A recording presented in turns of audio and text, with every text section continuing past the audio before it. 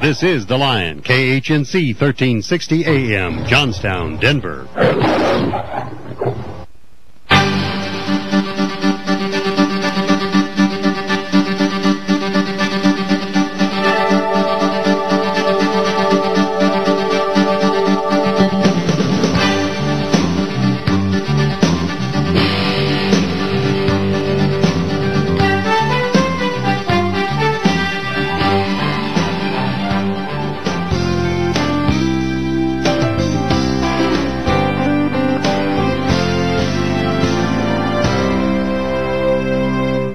Ladies and gentlemen, this is Paul Martin.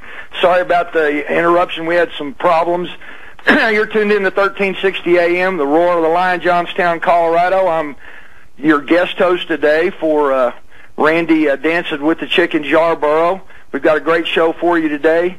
Dr. Jim Garrow will be on us in just a few minutes. You might take some headline news over at revolutionradio.org. This Ebola is getting out of hand. We've still got the chikungunya here in the United States being flown in from the Caribbean. The U.S. government is continuing to put economic sanctions on Russia, which is not going to end well, I'm sure. Ebola fears grow with Europe and Asia on alert. There's a possibility they have a case in China right now. I'm waiting on confirmation on that. There's a story up down about a quarter down the page on the left. EMP attack by North Korea possible, former CIA director says. We've got to pay attention to that. The European Union is on high alert as Germany agrees to accept some Ebola patients. And how are they going to get there? Aircraft. Ebola, man tested for deadly virus in UK, increasing fears over threat to Britons. And you stay tuned. We'll be right back. Hopefully everything will work right. We'll be back with Dr. Jim Garrow in just a moment.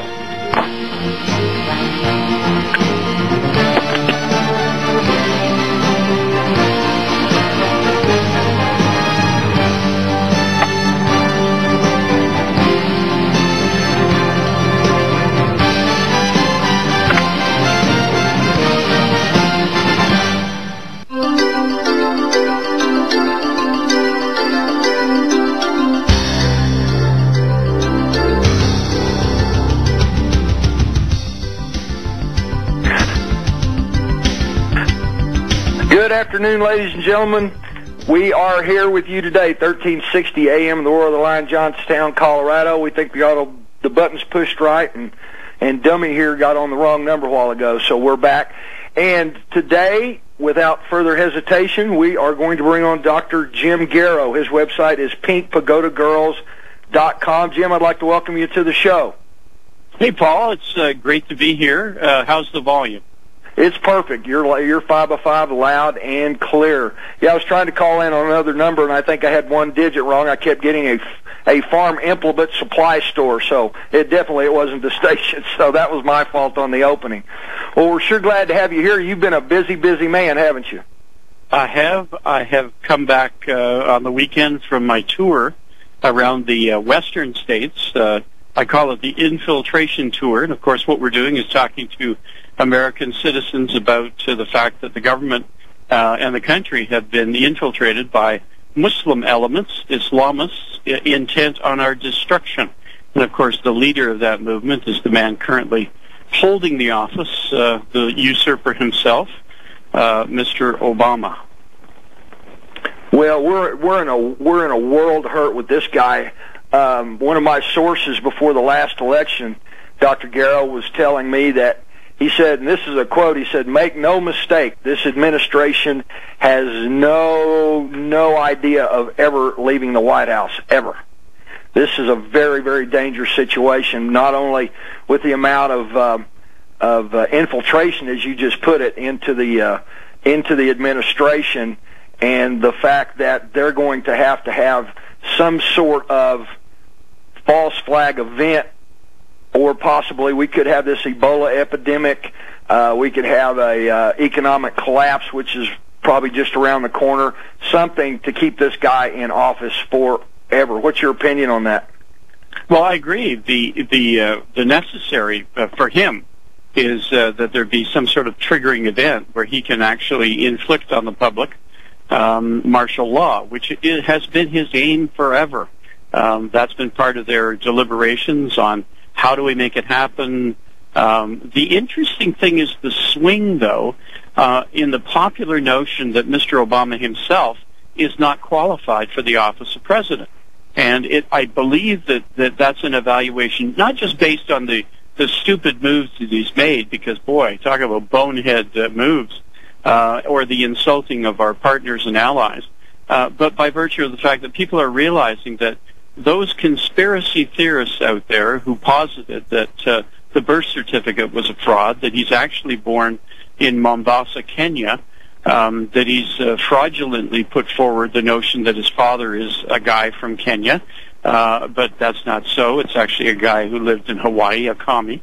So we've got a lot of areas where the public are waking up, and it's people like you, it's programs like this, it's networks like this that are actually making the difference. People are listening because they know that CNN and Fox and the other news networks are lying to them. Oh, they've been doing it for years. I mean, I consider the national media as a psychological war platform. Amen. Amen. They certainly are, aren't they? Yeah, and Sun Tzu told us all warfare is psychological, and they've done in my I'm just turned 59, and my whole life that's all it's been. Yeah, no, absolutely, and they've honed the science. They've taken the lessons of the commies. They've taken the lessons of the Nazis, and they're applying it here today. Our government has turned on us and can't be trusted. The minute that man, the fellow I'm talking about, the skinny, tall dude who smokes, chain smoker when nobody's looking, he sits in that White House thing, Mabob, and that Oval Office. You know the guy I'm referring to? I hate to use his name. Yeah, I do too. Yeah, but I call him, I can use this name, Bathhouse Barry, from his former days as a male prostitute in Chicago. And by the way, if you're shocked by what I'm saying, these are things that are fact, that have evidence, bona fides, they've been vetted. The security services, intelligence services around the world of almost every country know who this man is, and they laugh that America was so badly conned and duped into putting him into the White House. Well, I think the guy's been completely sheep-dipped. I had God rest his soul, a good friend that was worked for the NSA that was sheep-dipped as a Marine Corps officer during Vietnam, and this guy has been definitely sheep-dipped. I remember the first report I read that his first job out of college was with Kissinger and Associates, and that told me everything I needed to know. Well, yeah, you know a guy by the company that he keeps. That's an old saying. And, he's certainly known by the fact that commies love him. When he was teaching supposedly constitutional law, what he was really doing was talking about how, in his eyes, there was a flaw, or there were a great many flaws in the Constitution. And what's interesting is here you have this pipsqueak, intellectual and otherwise, who really couldn't hold a candle to the people who were the founding fathers of this country. And here he is trying to hoodwink people into believing that the Communist Manifesto, these methods that are steeped in Marxism are the way to go. And then, more recently, he's trying to con the country into believing that somehow Muslims, people following Islam, have made great contributions to the country from the very beginning. What a bunch of hooey. This guy must think that we are absolutely stupid. Well, I mean, these narcissistic freaks, and I've known some of them, and a matter of fact, we just fired one from where I work, and there's no way they can be wrong. There's absolutely, in their minds, they are absolutely 100% correct all the time, and anything that goes against that, you've just got to be nuts. I'm right. I'm always right. Well, that's part of the mantra. They believe that we are somehow duped, that we are somehow not cognizant of reality. We've lost it in some way. What's interesting, though, is what we do, those of us who I would suggest are leaning right-wing, we are following the same path and believing the same things and standing on the same foundations as the brilliant men who carved this country, who wrote that wonderful document, who understood where freedom came from. Well, you guys stay tuned. We'll be right back with Dr. Jim Garrow, 1360 AM.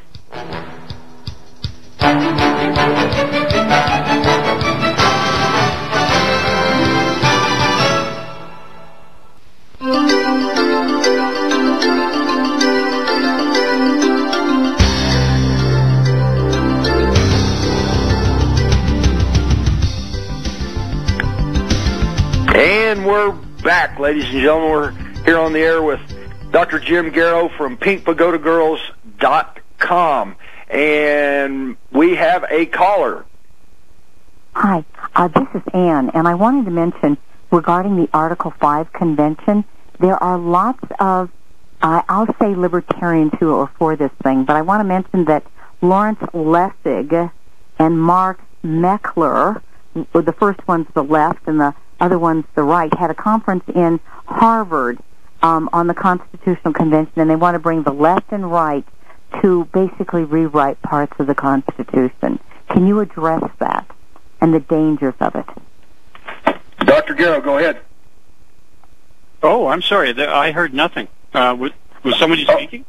Oh, okay. She was talking. We had a caller in. Her voice is very light, talking about the Article 5 convention that everybody's wanting to get a new Constitution written. Oh boy, yeah, we don't need that. Well, of course, that's where amendments, articles are added to the Constitution itself. But yeah, there is a danger there. If you have more states that are run by the Democratic Party, you could see that whole thing shift.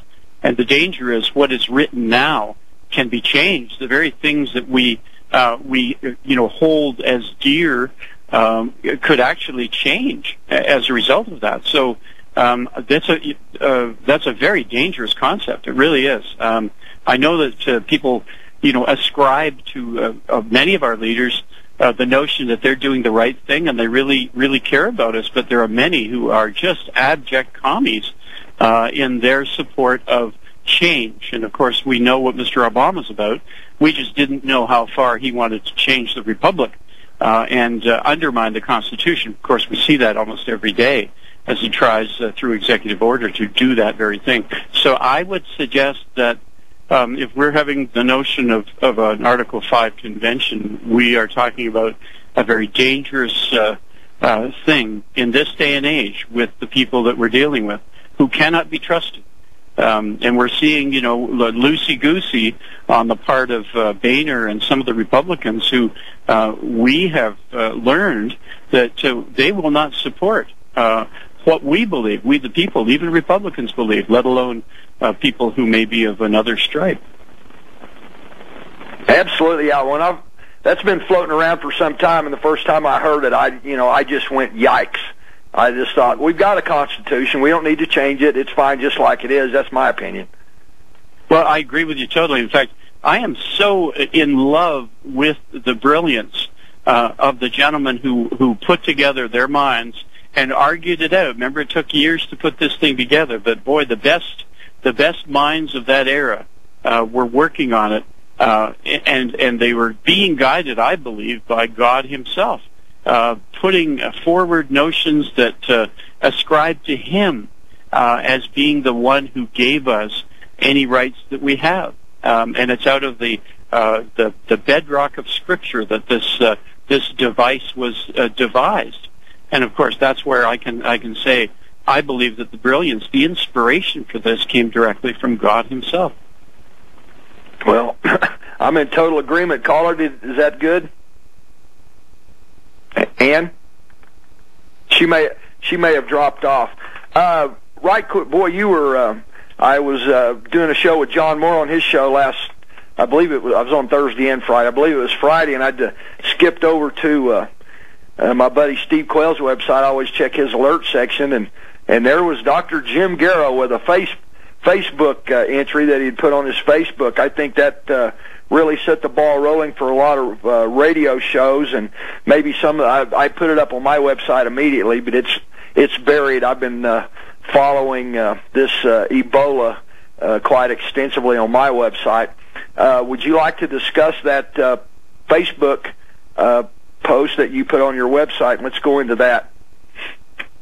Yeah, I put it in the form of just a little article, but what we are addressing and what we're trying to get out to the American people is the fact that we are going to be attacked. It is being planned. It's been planned for a long time.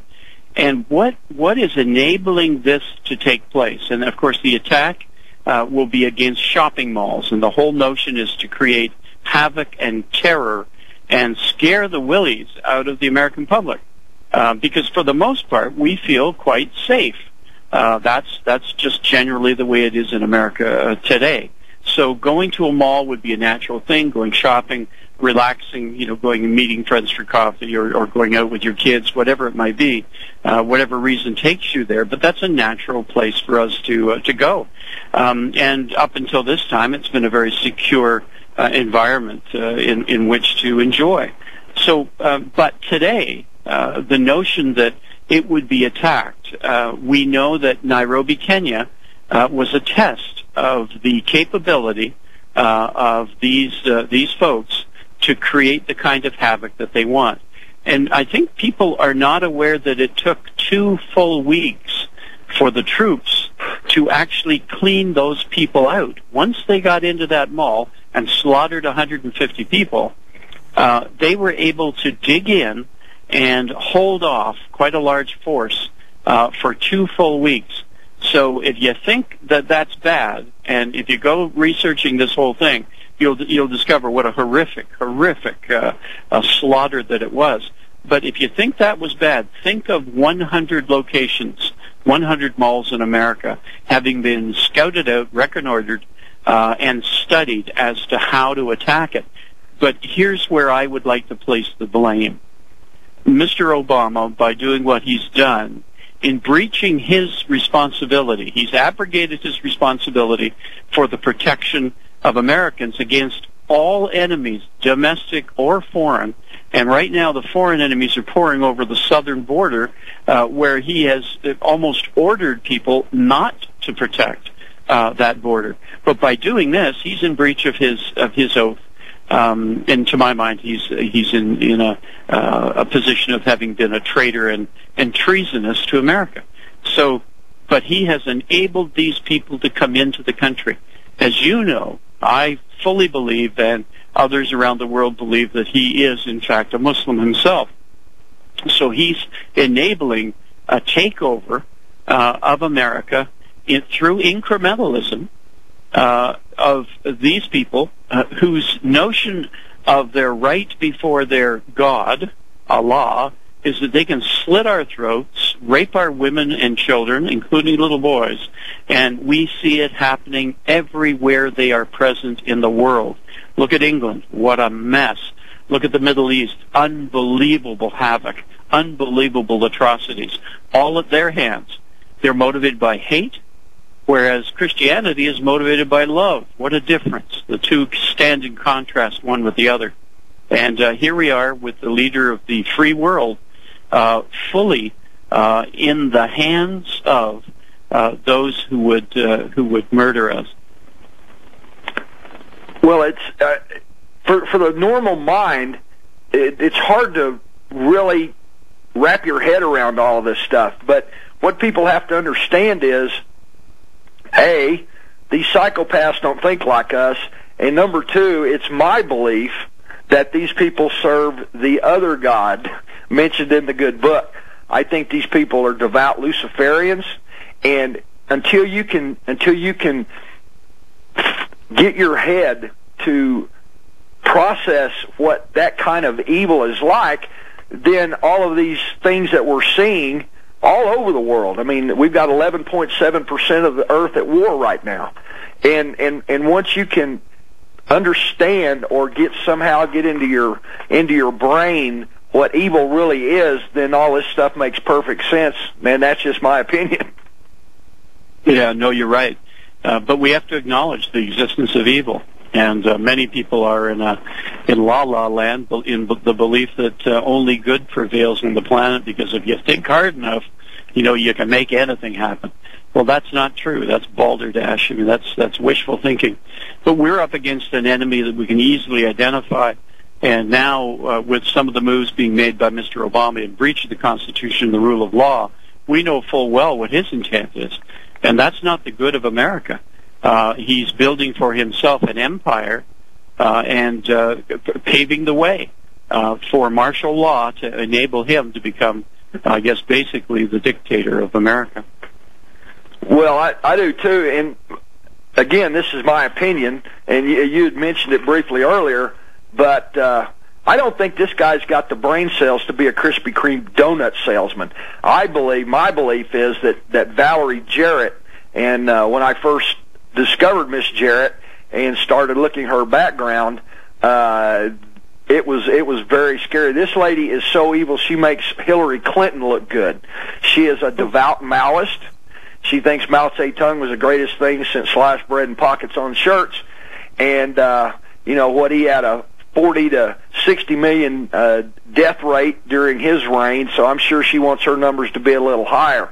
But once you understand that she is the engine behind this, is my opinion, and I think that we mentioned the evil Dr.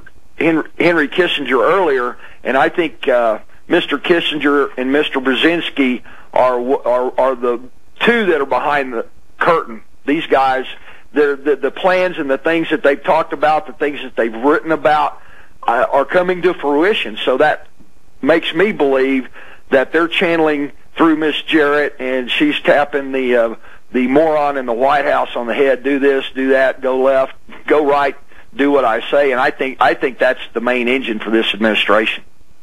Well, the key here is, if you look back in 1979, Valerie Jarrett's father-in-law, Vernon Jarrett, wrote an article for the Chicago Tribune, and in it he posited that it would be very effective if the Arabs would use the oil riches that they had to buy into the black community and start to fund worthy blacks in the end, so that the Muslim or Islamist faith or ideology, I'm not sure if it's really a faith, the ideology could be promoted, but also that Marxism could be promoted, and thereby change the course of the nation itself. And of course, we see that outworking.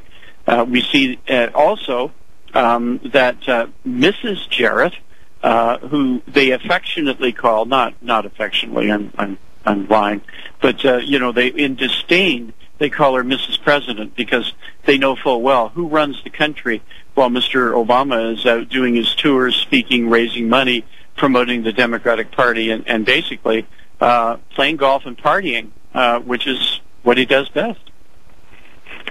Absolutely. And once you can, listeners might do their own research on Miss Jarrett, but she's scary. She's scary bad, Dr. Garrow. Scary bad.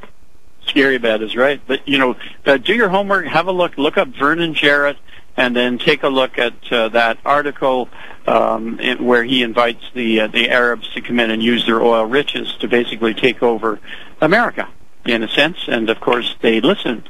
And, of course, they were funneling money to him. And then later on, isn't it interesting that Valerie Jarrett runs the White House? Nobody sees the president unless Valerie Jarrett has approved. No laws are actually put forward unless they are vetted by Valerie.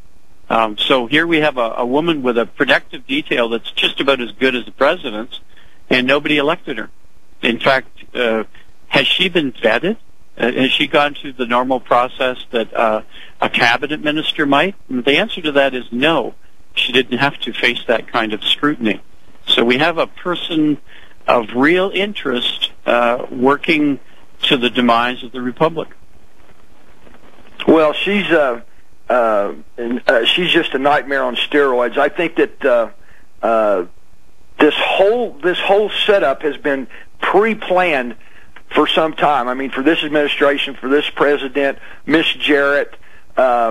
all the people in the cabinet. I mean, these things don't just pop up overnight. This is a long-term military type operation. I mean, the military, having been in the Marine Corps, we saw pre-positioning for this and pre-positioning for that, and this is a long-term plan, isn't it, Dr. Garrow?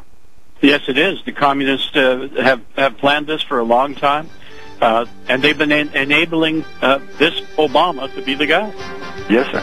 We'll be right back with Dr. Jim Garrow. Don't touch that dial.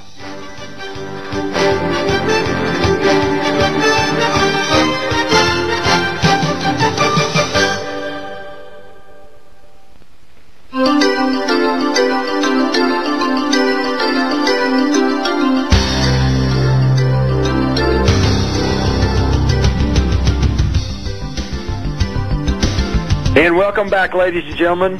1360 AM, Johnstown, the Roar of the Lion. And we're here with Dr. Jim Garrow talking about the upcoming disasters for this nation. Jim, I had listened to you. I'd called John Moore and told him that you were going to be on Dave Hodges' show, and, of course, that was way past John's bedtime. So I listened to the show and took copious notes. And in that discussion with Dave, I thought it was interesting when David asked you about DHS, and you just very succinctly said, no, DHS is not coming to the plate, are they? No, they're not. Their agenda seems to be something entirely different than defending the homeland, which, it only costs us billions of dollars to see these things, these other goals addressed. So, we're being left almost fend for ourselves. Of course, you do know that the people at the airport are willing to grope you. They get paid to do that, and we spend lots of money at every single airport across the nation 24/7 to make sure that you're indeed inconvenienced and you're embarrassed. In the meantime, we're looking at one of our allies has the best, the absolute foolproof way of knowing and discovering who it is that might be a terrorist, who might pose a threat to aircraft, to public facilities, to rail stations, wherever. And the Israelis do it right 100% of the time. But we would rather spend billions of dollars when all we need to spend is a few million. But that's part of the game that's being played with us. Well, I just call it sheep training. They're just deliberately transforming the American people just to do whatever we tell, however stupid it is, however asinine it is, just do what you're told, and they just do it. Yeah, absolutely. I agree. It's one of the things that we've seen some videos, one particularly good one that came out of Georgia, a load of UN, they appear to be MRAPs, on trailers to a trailer moving north out of Georgia. And I wrote down during your interview with Dave Hodges that you made the statement that the UN will be here to enforce the martial law. Yes, that's what he's counting on. He's counting on being able to invite, because of the nature and the extent of whatever it is, the false flag or the triggering event, that he will be able to call in the blue helmets, as he will advertise it as being neutrals from around the world. But you can be sure of one thing: these will not be Christian Canadians coming in. They won't be. They will be Muslims from all over the world. And, of course, their allegiance will not be to the protection and safety of American civilians. It will be to the domination of America and its civilian mass. So this is what we can expect from this man whose loyalties are not to America. They are to Islam first and foremost. And I'm going to keep saying that until you're probably sick of hearing it, but understand, until we know for sure and have it in our very guts that we have been betrayed, that we have a usurper in the White House, we have a man who is currently every single day involved in treason against the Constitution that he swore to uphold and against us, we the people, then we're going to be duped. Well, one of the we've been duped, all right. I think one of the interesting things, John Moore had called me one day, and his daughter lives in the Seattle area, and a friend of hers answered an ad in the local newspaper for a puppy. And she went over to see the puppy, and a real nice lady at the door, and she was petting the puppy and talking to the lady, and she asked her what she did. And she said, "I'm a UN peacekeeper," just very bluntly. You had mentioned in your conversation with Mr. Hodges about the amount of Chinese troops in America, as well as the Spetsnaz and Russian troops in the United States, and we're just inundated with them here in Colorado. We see them at the malls up in Boulder. We've seen them at the Big Five sporting goods store. They really like the camping sections and the knife sections. And a friend of mine was up in Estes Park here a few weeks ago, and they'd stopped by the Subway to get a little lunch, and there were three very well-fit young men as they walked in, and they got closer to them, and these young men were speaking English, and they were speaking Russian, and they walked up to the counter to order their sandwiches and went into perfect Nebraska English. We've also got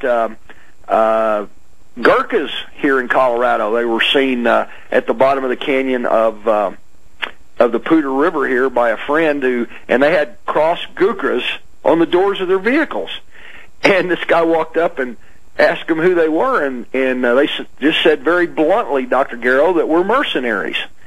So about a year and a half ago, my East Coast source said very blatantly that the state of Texas and the state of Colorado would be the first two beta test states for martial law. And we've already seen my good friend Vinnie Pope, his show's on KDAV out of Lubbock, and he called me a couple of weeks ago, and they had spotted UN vehicles on the other side of the river, and the next day they were on our side of the river, and then about 3 days later they were moving north up through northern West Texas. So we've just got a massive load of foreigners in this country.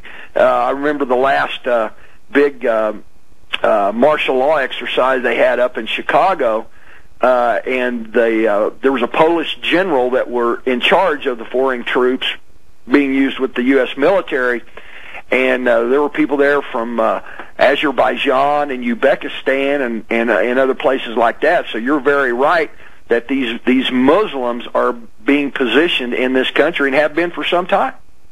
Yeah, you're absolutely right. The numbers that have come to us, in my former position in an alphabet agency with the American government, we know that there are 35,000 Russians here for one reason or another. But the big number that we have to worry about is the 260,000 Chinese who are in America. And I'm telling you right now, they are here on assignment. I mean, some of them are attending universities, some of them are business people, some of them are college professors, but all of them, in order to be allowed out of the country, they have received their marching orders and their orders of service and what they're to do. And one of the major things that is expected of them is that when it boils down to it, and China asks that the natural resources on federal lands be ceded to them, deeded to them, in payment of the debt that we owe. And keep in mind something. On the record right now, it only says that China has 12% of our debt. They've loaned us 12% of the money that we've borrowed. What most people aren't aware of is that they now have 60% of the paper on our debt because they've been buying it up other countries. And we'll be right back with Dr. Garrow in just a moment. Stay tuned.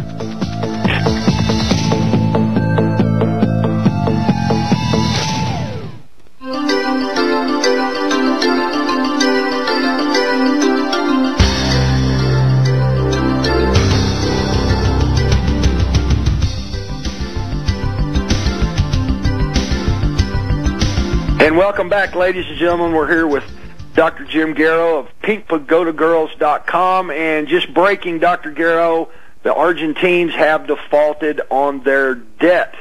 They have defaulted on $13 billion in foreign debt and $539 million bond payment this month. So the bankster gangsters get them another country, don't they? Yeah, they do. Yeah, there's another one. Another one bites the dust. Another one bites the dust. Right before we went to break, you were discussing the true amount of the U.S. debt that China holds. You want to go through that again? Yeah, I'm hearing people. Yeah, go ahead, Dr. Garrow.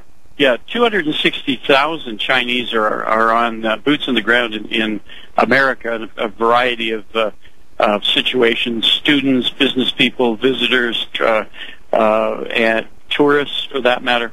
But many of them have the assignment that one day they will be called upon to go and take positions on federal lands in order to be, as you know, possession is 9/10 of the law. So they will be there to possess what has been ceded to them to be surety for the loans that have been given to America. Thanks to Mr. Obama, of course, he's spending like a drunken sailor, and we, of course, are then obligated to pay back the debt. So that's the scene. Mr. Obama is creating that economic crisis for us, but it also means that the actual residual benefit to us as a nation that should be ours by virtue of the fact that we are a country, we're a sovereign people, those natural elements that appear on, let me just say, the Bundy Ranch, for example, or other national areas that, sorry, I've got interference coming in like crazy on my microphone or my headphones, so I'm having a rough time concentrating. I don't doubt that. We get messed with a lot. Hey, Dr. Garrow, hang on a second. We've got a caller. Caller? Oh, thanks. Yes, I wanted to mention, this is Ann again, that there's the Could you up your volume, please? We Cooperation Organization, the SCO, that started in 1996, and it was renamed in 2001. And what that is it's China, Russia, it's Chinese bordering countries who, and some communist countries who are dedicated to destroying Israel and the United States. So this is a very important event or organization that's occurring. It controls at least 1.5 billion people, probably more. There are, they do monthly joint military exercises together. So if you just Google Shanghai, which is spelled Hang, H-A-I, with an S in front of it, so that's Shanghai Cooperation Organization. It is something that nobody speaks about. Trevor Loudon at trevorloudon.com does, because this is something that's been happening in the Pacific, that the Chinese are more emboldened to take over the South China Sea, etc., which is where he's from, which is New Zealand. So we need to contact, and you can go to congressmerge.com and then click on Congress and see a whole map of all of our legislators. And I know some people think, oh, don't bother doing that. But it's very important that we stand up for ourselves. We're too used to turning our head and doing nothing.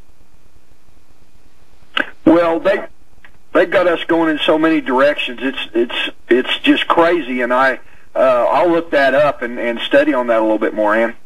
Okay, it's Shanghai Cooperation Organization, the SCO. And yes, we need to enforce our Constitution, not revise our Constitution.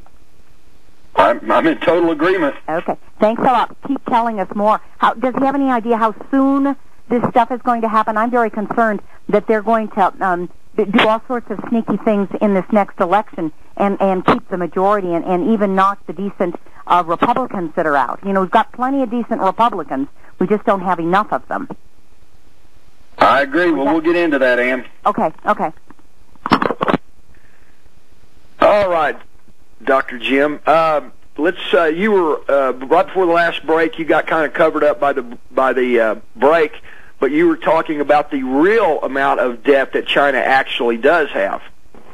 Well, right. Now, what's been happening is behind the scenes, China has been using basically the debt of all sorts of nations, and in trade-off, they have assumed, taken over the paper of American debt. And this is, I mean, since we are no longer the reserve currency, and the renminbi is now coming forward as a reserve currency in the world, they've been able to work deals with all sorts of countries where we owe those countries, and they're taking that paper, that debt, and assuming it for themselves, so that now 60% of America's debt is now held by China. On the books, it says 12%. But in reality, it's over 50%. It's almost at 60%. Now, I'm hearing this from economists around the world. We've had a great opportunity to chat with them. And it's interesting, the Shanghai Cooperation Organization, I've heard of this before. I never investigated it because it wasn't part of my assignment. But I've heard of it before. Of course, I've been in Shanghai often, having schools there as well. But I know that it is a center, it is a banking center, one of the richest cities in China, as a matter of fact. But can we jump into a little bit of a sidebar for a second? I hope everyone is well aware of who Mark Okoff Obama DeSanjo is. And DeSanjo is spelled N-D-E-S-A-N-J-O. But you notice the name, Mark Okoff Obama. This is the other half-brother of Mr. Obama that we very rarely hear about. Now, in 2001, I was assigned to look into him in Shenzhen, China, because he suddenly showed up there in a region called Shekou that has a lot of foreigners. But he was in the company of one of the generals of the intelligence community within the People's Liberation Army. So when an American citizen, and he's an American citizen, by the way, trained, has a master's degree from one of our universities, but when an American civilian suddenly shows up with a military intelligence officer, the red flags go up. We'll get into that, I guess, when we come back.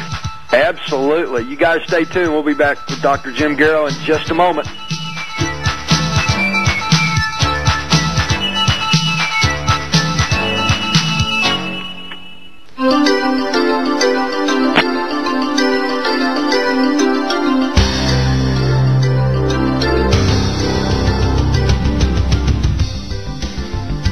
And we're back, ladies and gentlemen, here with Dr. Jim Garrow from PinkPagodaGirls.com. And go ahead, Jim, and finish up. Okay, sorry, what were we, I got cut off just a little bit there. I had a call just come in.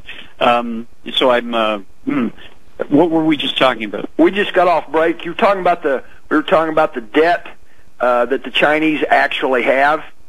Right. Yeah, so most people think it's 12% of the American debt is held by China. No, it's not. It's actually now 60%, or just shy of 60%. They've been very crafty in getting the cooperation of other countries, buying up through the debt these other countries have with China. They've been trading off the American debt held by some of these other countries and pushing it over to China. So they're in a very interesting, powerful position, a position to actually pull the strings on in many areas. And the lady who, I guess her name was Anne, who brought up this cooperation, you have to take a good look at the members, because the two members that are the communist countries, the main ones are China and Russia. The other are stands. The last part of the name is Stan. All of the stands are basically Muslim countries. I don't know if you're aware of that, but they are. So Kazakhstan, Kyrgyzstan, Tajikistan, and Uzbekistan are the other members of that group. And it's a cooperation, and it has to do with a military trust that started off years ago in Shanghai, 96. But then in 2000, by the way, 96 is when I was sent to China. 2001 is when I dealt with, and that was when the Shanghai group actually came together formally under the Treaty of Good Neighborliness and Friendly Cooperation. But I was sent in 2001 while that was being formed to China. So you get a notion that the dates are kind of similar, although I can't comment on all of these things, but I brought up what I could, and I'm just letting you know that it's very interesting timing, but it places us in a weird position vis-a-vis the numbers of people in this organization that represent some of the very areas of Russia and China that are causing the greatest problems for China and Russia. These are the areas where they're constantly having to go in and settle down the Muslim populations, and they end up bringing in troops and shooting a bunch of them. That's how they work on it. And that's how they, establish the rule of order again, because they are constantly in uprising. And, of course, that is what the imams in their mosques are demanding that they do.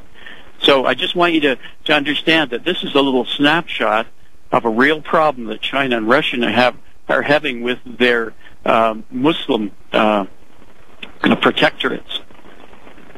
Well, I think the having been over in that part of the world when I was in the Marine Corps, American people don't understand.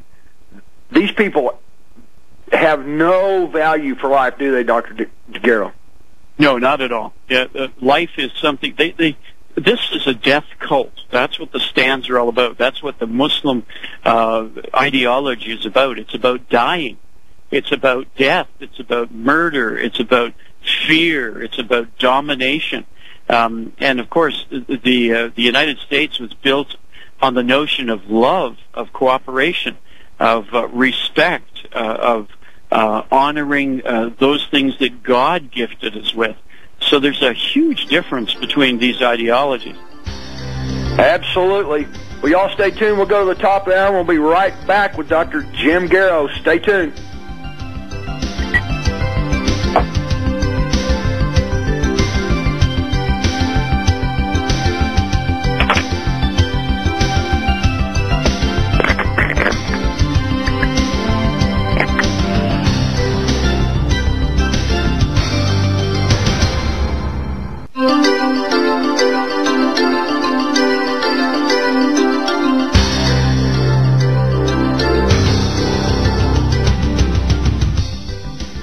And we're back, ladies and gentlemen. Paul Martin sitting in for Randy Yarborough. We're listening to Free America. We're on the line today with our new good friend, Dr. Jim Garrow, peakpagodagirls.com. And Jim, just breaking from the AP is the House authorizes a lawsuit against the president with 225 to 201 vote. This is more political theater, in my opinion. The Republican-led U.S. House of Representatives on Wednesday cleared the way for the launch of a lawsuit accusing President Barack Obama of overstepping his authority in carrying out his landmark health care reform law. The 225 to 201 vote along party lines to authorize the suit will allow the House lawyers to draft legal documents over a 5-week summer recess starting on Friday. I don't think that's going to go anywhere, but it is breaking. Well, welcome back, Dr. Garrow. Ann's back on the line. You were talking about the president's brother that was in China. Yes, a very important figure to keep an eye on. Because is that the Frank Marshall Davis father, or is this the Obama man in Kenya that you're referring to as his half-brother? Did you get that, Dr. Garrow? No, I thought I heard. I thought I heard something, but okay. Yeah, is Frank Marshall Davis the man who is fathered the Mark Obama person, or is it the Kenyan Obama? I still can't. Which is the father of the Obama that was in China with the security officer? Oh, I don't know who his father is. I assume that it's the black fellow that Mr. Obama has said is his father, but we know it's Frank Marshall Davis. Okay. So tell us more about that man and why that was important. She wants to know who he was and how it was important that he was in China with a security officer. You're talking about Mark. Yes. Obama DeSanjo. Okay. Right. Sorry. Her volume is so low I could barely hear anything. Yeah. Why is this guy important? Well, it's very important because we've seen attacks from China through the Internet against the Department of Defense, Department of Commerce, against Wall Street, against many of the firms there on the stock market. We've seen lots of cyber attacks. Well, it just happens that Mark Okoth Obama DeSanjo is a partner with this general of the Intelligence Service of the People's Liberation Army in, guess what, cyber cafes, Internet cafes across China. So, let's keep in mind, we can ping back and see where the attacks are coming from. Now, I want to point out something here. I hope that's the answer that she needs, but that's the case. So this is a very important person in that he is an American citizen now, having moved from Africa, having taken up a residence and gone to university in America. But he goes over to China and has married a Chinese national, lives there. I believe they have a daughter now.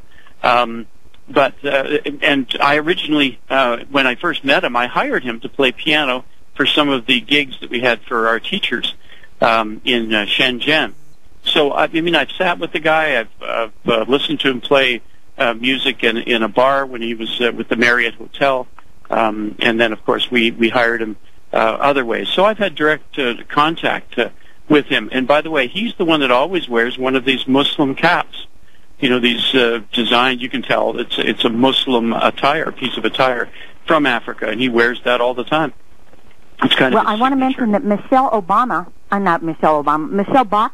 has got a bill in the House of Representatives to ban the Muslim Brotherhood, and I'm not sure the details on it, but at least we could try to support it and call the U.S. House of Representatives and say, please support this bill.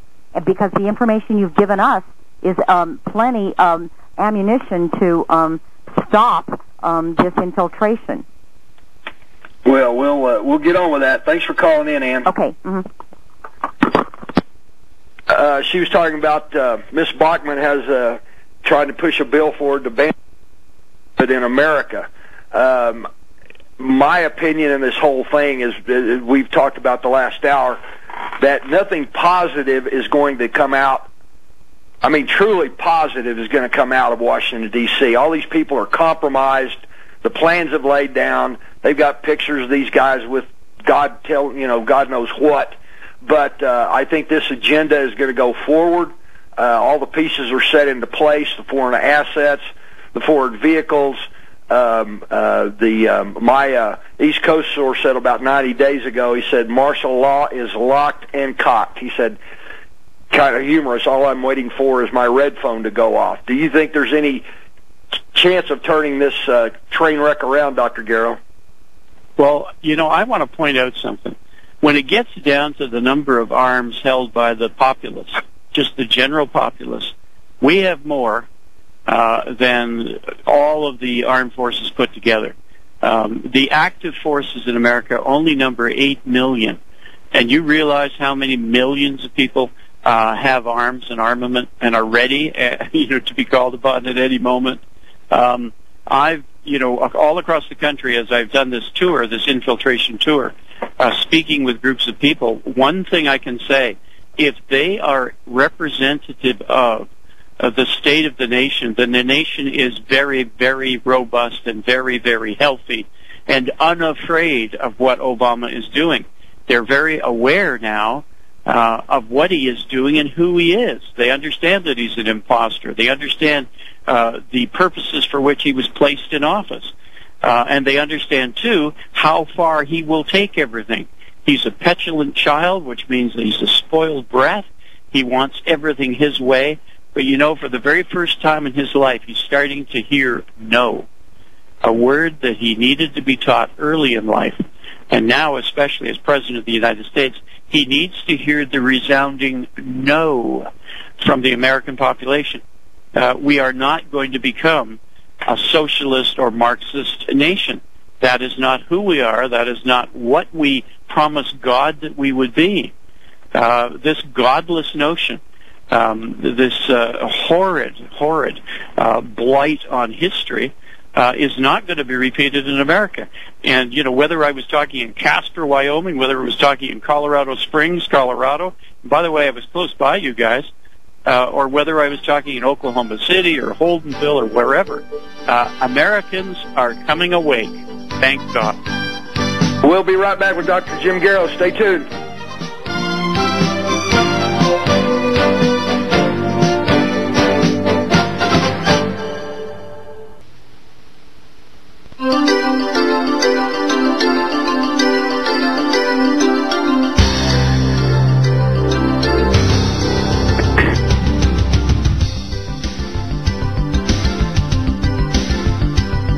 And we're back. I'm Paul Martin sitting in for Randy Yarborough, 1360 AM, Johnstown, Colorado, the Roar of the Lion.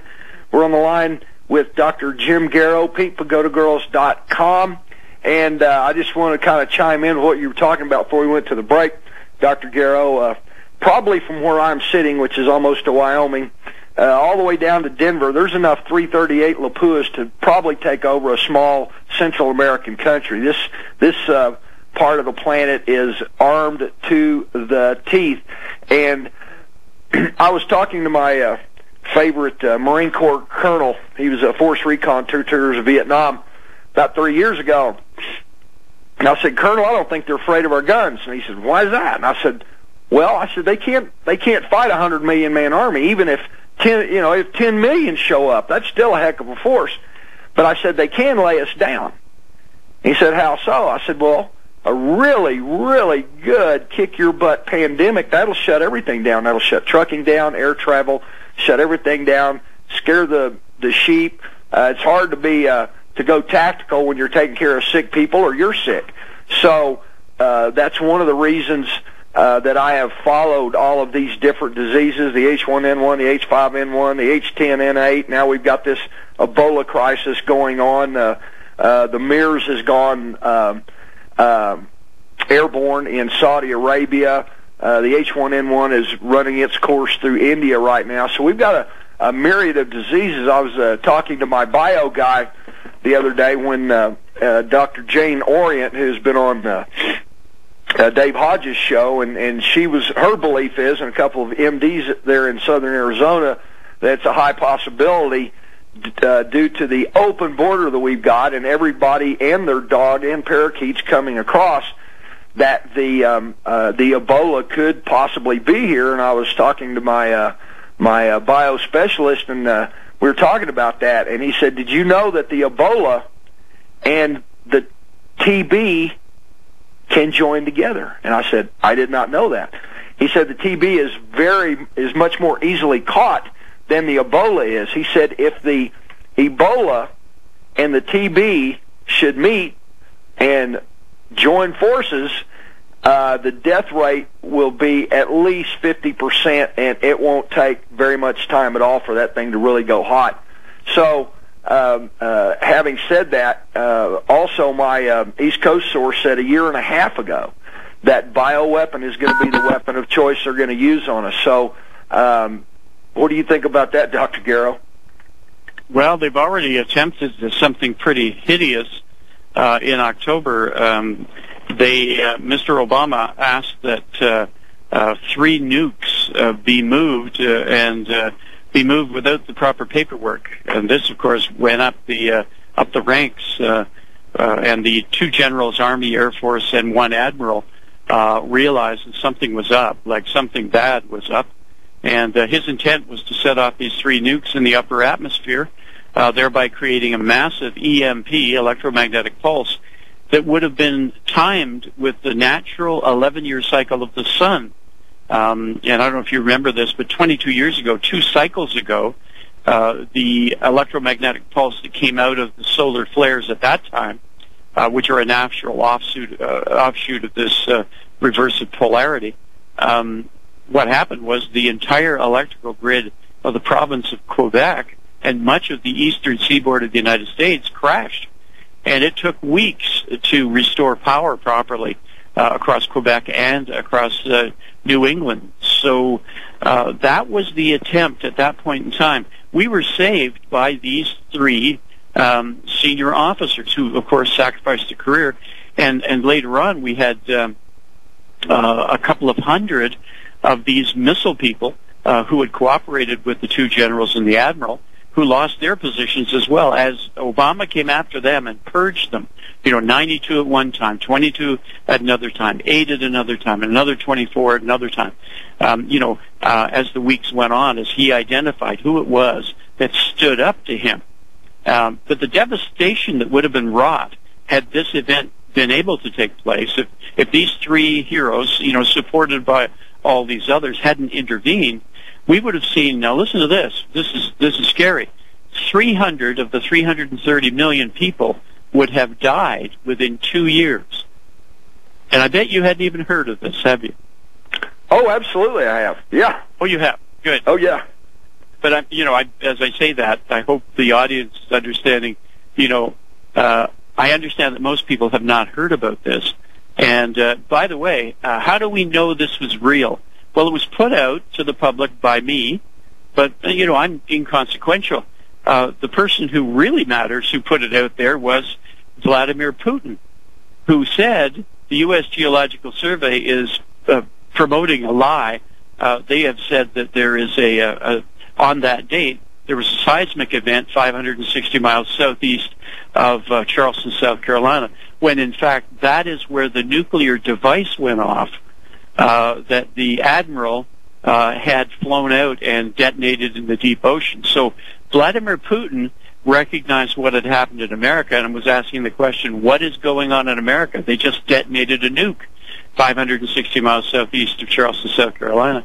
And these are verified. The peak that results from a nuclear event is far different than that of an earthquake. The peaks and valleys leading up to the actual event are totally different. And so what Absolutely. Yeah, I saw the chart on that one. Dr. Garrow, we got a call. Come on, caller. This is Barry from Cheyenne, Wyoming. Dr. Garrow, one of the things I've really been blessed with, we have a pastor out of Greeley that's he's like a Chuck Baldwin, and I'm telling you right now, when the people understand, when they say no, God will back them up, and I believe that we're going to see miracles that God will back people up when they're willing to stand for what's right, and what is true and right is our freedom in Christ. Oh, I didn't hear a word. Can you crank up the volume of callers? Is there a way to do that?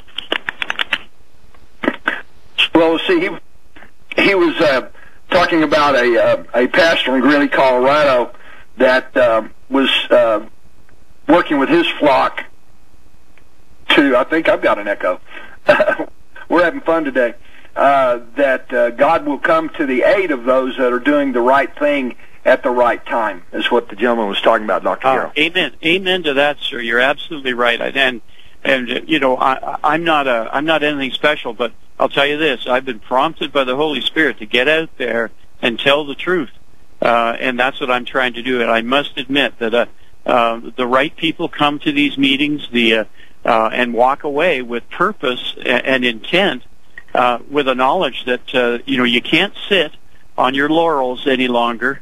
You need to get actively involved in local politics, for example, and put a stop to the communist infiltration that's taking place. Because what is happening beyond that is that we're opening the door to the Muslim takeover, the Islamist takeover of America, aided and abetted by the man in the White House. Well, it is a nightmare scenario in so many different areas. One of the things that it broke yesterday, and I think it came from a very unusual place, a billionaire hedge fund manager, of all the things that are likely, nothing is scarier than an electronic magnetic pulse. Hedge fund managers often like to opine on various topics that are largely unrelated to investing. In his new lengthy quarterly letter to clients, Paul Zinger of Elliott Management spent some time discussing a phenomenon that caught our attention and the attention of many others. It's the danger posed by an electromagnetic pulse. Zinger writes that an electromagnetic pulse is the, quote, risk that stands way above the rest in terms of the scope of potential damage adjusted for the likelihood of that occurrence. Now, when hedge fund managers start talking about an EMP, my ears prick up. Well, it's obviously filtering down, and there's more than just hedge fund managers. I've had former presidents of the United States phone me to get the veracity of the information. Here's something, too, we should be aware of. Don't assume that because Obama's a Democrat that he shares information with the former presidents of the United States. Mr. Obama is a singularity. He's a loner. Valerie Jarrett is making sure that he's turning into an emperor with very few opportunities to actually experience the outside world, apart from those things that we see, which are events, raising money, and enhancing the opportunity for the Democrats to push their agenda. So he's out glad-handing as if he's on the election campaign trail all the time. And that's what they do, because they know that that's the best thing he can do, and that's why they keep him out of the actual running of the government. In the meantime, we've got things like this event that took place that, for the most part, America is not aware of, though more and more people are becoming aware of it. That was an attempt, a treasonous attempt, to murder the majority of American civilians. Well, I had looked at a scientific paper here last week, and it was talking historically what happens during a food crisis. And when there's absolutely no food, period, no food, the human being will resort to cannibalism within 7 to 11 days. And that's a pretty scary scenario. And I think we've got another caller, Dr. Garrow. Caller, come on. Hi. This is Gail. Hi, Gail. Hey, Paul, how are you? Good, how are you? Good. Dr. Garrow, I want to tell you, I follow you faithfully. You have been an excellent resource like Paul, and it has been a blessing to have the information that you've given to us. A blessing in that it's helped to educate, not so much a blessing in that we're facing some things that, I guess for me, I think that the American public and perhaps the church public is in for a rude awakening. I am very glad that you are encountering people on your in your travels that are ready and willing and able to fight back when the time comes. And I do believe God will go. I think she got cut off. Anyway, Dr. Garrow, did you get any of that? I did. It was very, very quiet, but I've got everything's turned off here, so I have no background noise whatsoever. Yeah, no, I appreciate that. I appreciate her sentiments, and frankly, it's my honor to be able to go out in the public and speak with the public and try and make them aware of these things. I believe that that's what we should be doing as patriots, is getting out there, sharing the truth, because we're certainly not getting it. Obama's making sure that the previous presidents are not having information shared with them. So these guys, that's why they're looking for any information they can get, because when they start to hear that an EMP event was attempted, that scares the willies out of them. They want to know, is this true? Where did this come from? How did this happen? Well, and they also are aware of how scary Mr. Obama is once they determine that, in fact, what I'm saying is the truth. And, the scariness of this is beyond comprehension. I would recommend that all listeners here buy themselves a book that would acquaint you with the kinds of things the nation would go through should there be this EMP event. It's called 1 Second After. 1 Second After. And it's a fiction, but it goes through what a family goes through after this thing takes place, and the crumbling of society and the attempt just to stay alive. Yeah, that's an excellent book. Yeah, amen. Did we have a caller back, Mike? Go ahead, Yes. Caller. It's Gail again. Sorry, guys. I don't know what happened. Crazy weather up here. Are you there? Yeah, we're here. Go ahead. Okay, good. Anyway, I know I've read the book 1 Second After. Lights Out is another one that's excellent in that regard. But I do want to say that we have been so blessed in this country not to have to deal with what our Christian brothers and sisters in Iraq and other places are dealing with today, and Nigeria and what have you.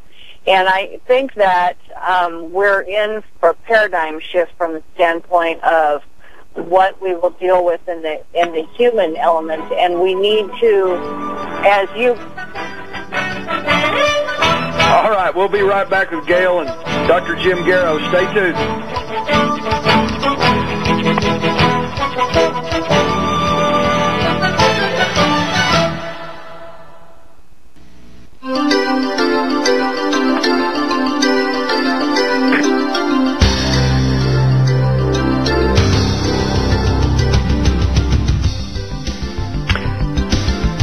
And welcome back, ladies and gentlemen. Paul Martin sitting in for Randy Yarborough. We're here with Dr. Jim Garrow. Gail, you still on the line? I am. Okay, go ahead. My question to Dr. Garrow is with regard to the president that he heard from. It's hard for me to believe that anyone who spent time at the high end of the offices there doesn't understand what, in a very real sense, each of these presidents have wrought with their dancing with the devil. It's very hard for me to believe that they can't see that one day this kind of thing was going to take place with this kind of a dictator in office. I'm floored by that. Are they that naive, really? Go ahead, Dr. Garrow. Okay, I barely heard anything there. Sorry. Well, Gail was stating that you talked to a former president, and Gail finds it stunning that these people don't really know what's going on. Well, they're not hearing the normal rule of thumb for presidents is the previous presidents are consulted because they have the advantage of having been on the world scene, have contacts that the current president may not have backdoor ways of chatting with leaders of other countries. So there's all sorts of advantages in using and sharing with previous presidents. But Mr. Obama has chosen to go it alone. He's very much a singularity. He's very much, I guess, controlled by Valerie Jarrett and others who are pulling the strings for him. So he's not using the wisdom of others that would be readily available and is open and wanting to be shared, I believe, with previous presidents with him. But and so there is danger in this, and I believe that these previous presidents understand the danger, but Mr. Obama seems to be oblivious. Well, they're keeping him sanitized. He's just completely contained. He doesn't know what's going on about anything, probably, does he? Yeah, very little. Yeah, he is. It's, and I don't want to offer any sympathy for this guy, frankly. He's created his own bed, and he's going to have to, sleep in it. But his treason toward the American people, for me, is unforgivable. Oh, without a doubt. One of the things that people are always looking for is dates. I don't have any dates. I don't know anybody that does, but I've got two very interesting pieces of information. One of my associates has a child that is in the military that was telling their parent that when I call you and tell you that I'm coming home, it's going to get very bad and very quick. A good friend of mine was at the bank about 8 months ago, and the teller behind at the bank was noticing that he was wearing his Navy cap, and asked him if he had been in the Navy. She said yes, and this was on a Friday, Dr. Garrow, and she said my husband is a 26-year career officer in the U.S. Navy, and he is resigning Monday morning, first thing. And he said, well, why is that? And she said, well, he really doesn't like what's going on in this administration. And she kind of leaned over to him kind of quietly, and she said, well, I was at home, and I asked him what he was going to do. And he said, I'm going to buy all the guns and ammo I can get my hands on. And then he looked at his wife, and he said, honey, this is going to get really bad really quick. So people that have security clearances are seeing the ramp up for a very large, very nasty event. Would you agree with that, Dr. Garrow? Amen. And when people ask me how to prepare, I tell them the best thing to do, the most important thing to have, first of all, is food and provisions. I happen to have the advantage of owning an island in Georgian Bay, north of Toronto, well out from the population. But you should have a bug-out plan. You should have a place to go to, 240 miles at least away from a major center. When you read the book 1 second after, you'll have a better understanding of why you need to have this distance away for your own survival. But when it gets down to it, apart from food, the most important tradable commodity that you will have is not gold and silver. You can't eat them. Is going to be bullets, ammo, and guns. So those are the commodities that are going to be in demand. And my advice to you is get as many as you possibly can. Hide them away from your home so that if they come raiding, they're not going to get them. Of course, keep your own personal security items around, but the extras that you're going to collect, have them away from your home. Talk to neighbors. Start reading about guerrilla warfare. That's where things are heading. Oh, absolutely. I thought it was interesting when you were on with Dave Hodges, you were talking about the FEMA coffins, and I can't remember if it was you or if it was Dave that said that these coffins are being stored in Puerto Rico and in Haiti. Was that you or was that Dave? Yeah, I believe it's somebody else said that. Another person said that, yes. Well, you got to think about why in the world would they need, and we don't know how many millions of these coffins they have. I do know that FEMA was doing a meeting up in a city on the Indiana-Illinois border in the southern part of the state, discussing these things, and evidently one of the city councilmen had been privy to the number of 4 million in their area, and he was asking this gentleman from FEMA, what in the world do we need 4 million three-man plastic coffins for? Of course, he did not get a response, but we look with the amount of bugs that are here, the amount of bug, no telling what all is coming over the border. They are reporting that border agents are getting sick from these children that are coming across border, scabies, typhus, all sort of diseases, and the H1N1 included. So, in my opinion, what they've done is they have truly released a bioweapon with taking all these children with all these various diseases and sending them from California to Massachusetts and all over the place. Pittsburgh, the people in Pittsburgh are getting very, very upset about the numbers of these children that are being placed up there. Would you call this maybe a human biological bomb, Dr. Garrow? Well, here's where my information is kind of different than yours. We have people that I've worked with in the past. I am not hearing of anything. And one of the first things, by the way, we looked at, remember SARS? Remember how SARS broke out? Absolutely. They sent me next door within a day of the breakout in Princess Elizabeth Hospital in Hong Kong, in Kowloon Tong, on Waterloo Avenue. I was next door. The very next day, I was in the YMCA International House, the hotel right next door. I was there. I was into that hospital talking with the senior medical staff to find out if they felt that this was in fact an attack, a biological attack. And of course, they believed that it wasn't; that it was a natural occurrence.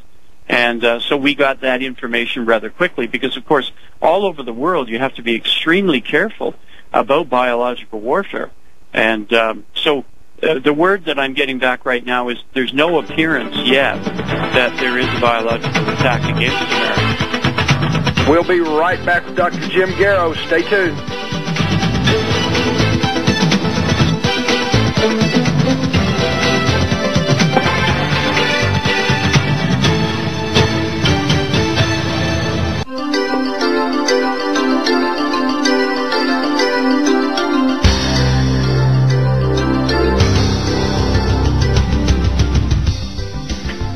And welcome back, ladies and gentlemen. Paul Martin sitting in for Randy Yarborough here with Dr. Jim Garrow from PinkPagodaGirls.com. I wasn't stating that there's been a bio-release. I was just saying that shipping this amount of children that are carrying all these different diseases from coast to coast is kind of like a little bioweapon all in itself. Yeah, I understand what you're saying. Yeah, you're right. But any immigrant that comes from a country like Africa, for example, or some of these South American countries, they are rife with disease often when they arrive on American soil. So they're dealt with. Our hospitals are used to dealing with it. So far, we had they called it the mystery disease, and Alex discussed it a little bit on his show today, right after when we had that last outbreak of H1N1, which California took pretty much the brunt of that. I believe their deaths were 252, which we probably never know because they were testing a lot of these patients with flu scan, and to actually test for the H1N1 takes a little bit more of a expensive test. But shortly after that, they were reporting the mystery disease. My buddy Vinny Pope down in Lubbock, Texas, is a few weeks ago saying that their hospitals down there were just riddled with something that they didn't even know what it was.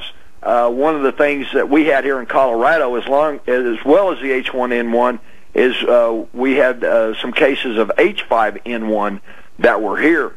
So there's a lot of bugs flying around out there, and as these things polymorph and change, they become more resilient and more dangerous. So I think we're probably going to have a little more of that coming in the fall. They've been having a seasonal outbreak of the H3N2 and H3N2V up in Illinois and Indiana, and those things are not good. And you probably know about China and the H7N9, but we've got a cauldron of germs all around the world. It seems like this is building to a head to me. Does it to you, Dr. Garrow? Well, at any point in time, we could have an outbreak of any number of fatal diseases. They're out there.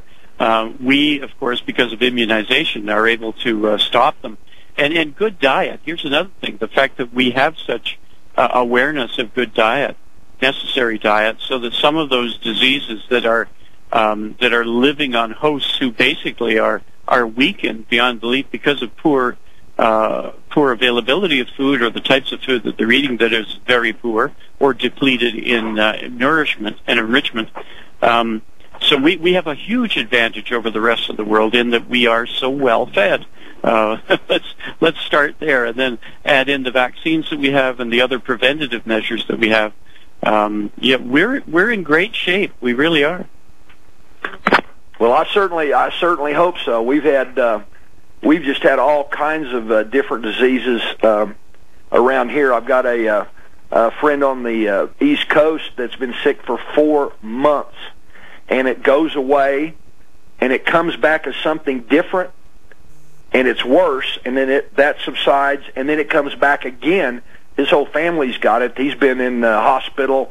They've given him every kind of antibiotic in the world, and nothing has been able to kick this bug. And we've had a lot of, here in Colorado, we've had a lot of congestion and coughing and sneezing and hacking. Just whole little towns are just coming up with it. So I, having a little access to somebody in the industry, God help us if these things start recombining with each other. On your idea of this Gaza situation, I mean, you've got a little strip of land that's 138 square miles. The media or the Oklahoma City proper is 638 square miles.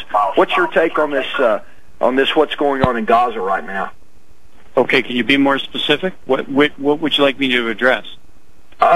Well, the Israeli attack on Gaza, they started firing in rockets, the little missiles into into Israel. Do you think that this invasion of Gaza is as it should be, or do you think it's something else? Well, one of the things that Israel has to contend with is that they're under attack constantly. Rockets being fired, irrespective of ceasefire. That doesn't seem to mean anything to the Muslims. They continue to fire rockets. But here's where the press is very dishonest in reporting. When Israel triangulates, they have computer systems that follow the trajectory of a rocket, such that they were able to pinpoint within feet or inches the actual site where the rocket was fired from, and so they respond and send their own retaliatory strike back at the very spot where the rocket came from. So in that, I believe that all they're doing is offering a good defense and a good attack mechanism to get rid of whoever it was that was sending these rockets in. But what the Muslims do is they set these up in schools or in houses or in groups of houses such that and insist that the people stay there, knowing full well that the retaliation is coming, because Israel cannot have these rocket launchers continue to do it, so they got to take them out. But then these people are insisting that the people stay or they'll kill them, and as a result, some of them are killed because of the strike. But this is a setup. It's beyond belief, and of course, we don't hear it from the press. They're so anti-Israel, it's beyond belief. Yeah, well, I had seen reports on both sides, and in fact that these Hamas was setting up these missile sites in and around schools. One was a UN school that was hit, and they're using this to try to use this to an advantage. But I try to look at the big picture. We've got the Ukraine, we've got ISIS in Syria, we've got what's going on in Israel right now.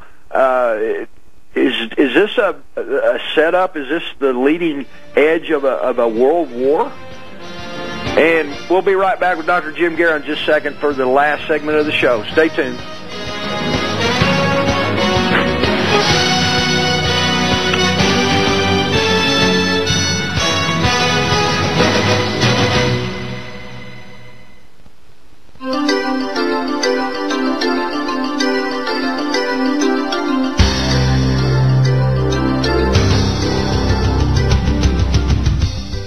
And welcome back, ladies and gentlemen, for the last segment of the show, Dr. Jim Garrow. No, Doctor, what I was asking is, looking at the big picture, you've got this business going on with the Ukraine, the sanctions against Russia and Putin. Now we've got this deal in the Gaza. We've got a nightmare scenario. Does this seem to you like a ramp up to World War III? Well, it could. It could very well be, but let's talk specifics. Now, we haven't gone into each one of these areas, but you mentioned Ukraine. And keep in mind that Putin moved in to the Crimea region and took over the gas lines, the natural gas lines. Right. Thus throttling off the ability of Europe to not be at the beck and call of him. He basically was holding them ransom as a result. What should have happened by Mr. Obama, he should have gathered together in the Oval Office immediately the natural gas producers of America and got them to send over these huge tankers of liquefied natural gas to Europe, and using the free market to undersell or to undercut the prices of the the natural gas that was now under the control of Putin, thereby winning the battle and putting Putin back on his heels. He missed the opportunity. By the way, 30% of the natural gas that we have is bled off into the atmosphere.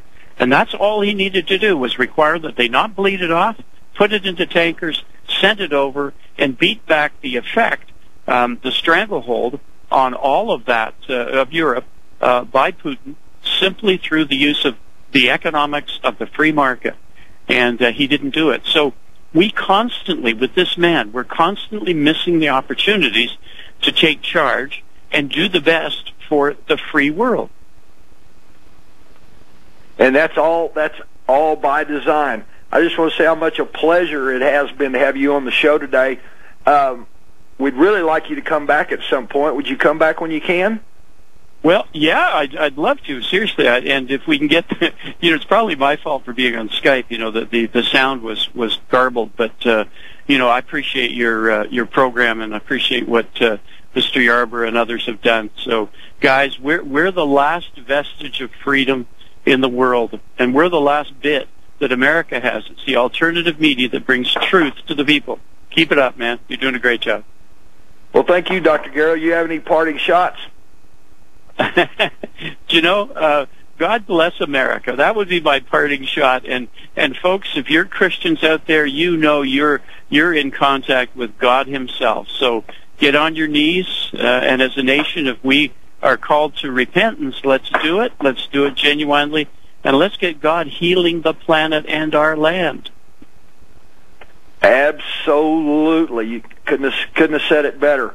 Well, we look forward to more reports from you. I know you've been doing a lot of radio shows and stuff, and if anything important that you think that we should hear about, you have free reign for this show to come back any time that you want, because there are so many things going on right now that I think it's very important that, as well as you doing all your speaking engagements and letting people know what's going on and kind of getting the heartbeat of the nation, that due to the fact of who's running the country right now, all the information and stuff that we can get out to the American people is more important today than ever, I believe. Yeah, amen. Amen to that. Well, you have a wonderful evening, and we thank you so much for being on the American Freedom Network, and we will have you back as soon as possible. Thank you, Paul. Thank you so much. God bless. God bless. Thanks, everybody. Stay tuned. Stay attention. RevolutionRadio.org, updated 24 hours, 7 days a week. God bless y'all. Goodbye.